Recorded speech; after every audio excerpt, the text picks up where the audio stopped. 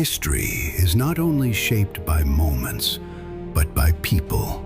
The National D-Day Memorial presents Legacy of Valor, a series dedicated to honoring the World War II heroes whose service helped shape the course of history and whose stories deserve to be remembered.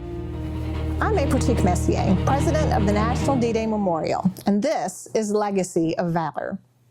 John J. Pinder was born in Pennsylvania in 1912. Smart and driven, Joe, as he preferred to be called, graduated as the valedictorian of his high school class in 1931. As a young man, he loved baseball and later even played in the minor leagues for almost 7 years. Joe was also particularly interested in radios, and only a few weeks after Pearl Harbor, he enlisted in the U.S. Army, becoming part of the 1st Infantry Division and, not surprisingly, training as a radio man. June 6, 1944 approached quickly and happened to be Joe Pinder's 32nd birthday. Rather than celebrating, however, he found himself on a landing craft heading toward Omaha Beach in Normandy.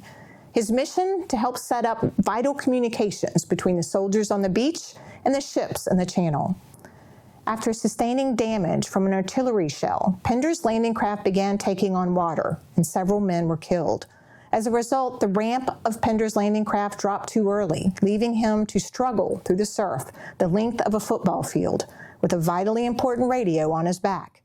Before he ever reached dry ground, he was hit by enemy fire and gravely wounded.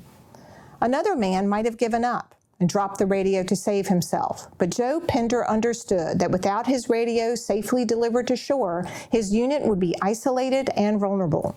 He struggled on, holding his wounded face with one hand and holding the radio equipment with the other. He was bleeding profusely.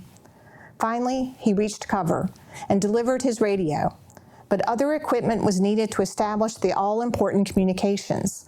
Refusing medical treatment for his wounds, Joe left cover and exposed himself to enemy fire to salvage communication equipment from the waterline. Then he returned a second time.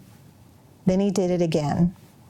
On this third trip, Joe Pinder was hit again by German machine gun fire. But even then, this relentless warrior would not quit. He proceeded to get the radio sets he'd retrieved set up. While doing so, he was hit a third time. This wound proved to be fatal. For his heroic effort that contributed so much to the eventual victory on D-Day, John J. Pinder was awarded with the Medal of Honor, one of only 4 men to be so recognized for action on June 6, 1944. The citation for his medal noted that the indomitable courage and personal bravery of technician 5th grade Pinder was a magnificent inspiration to the men with whom he served. Pinder's father received his honor on his son's behalf on January 26, 1945. John J. Pinder is on our wall at the National D-Day Memorial. We honor him today and his brothers-in-arms who gave their lives for our freedom. John J. Pinder, your legacy lives on.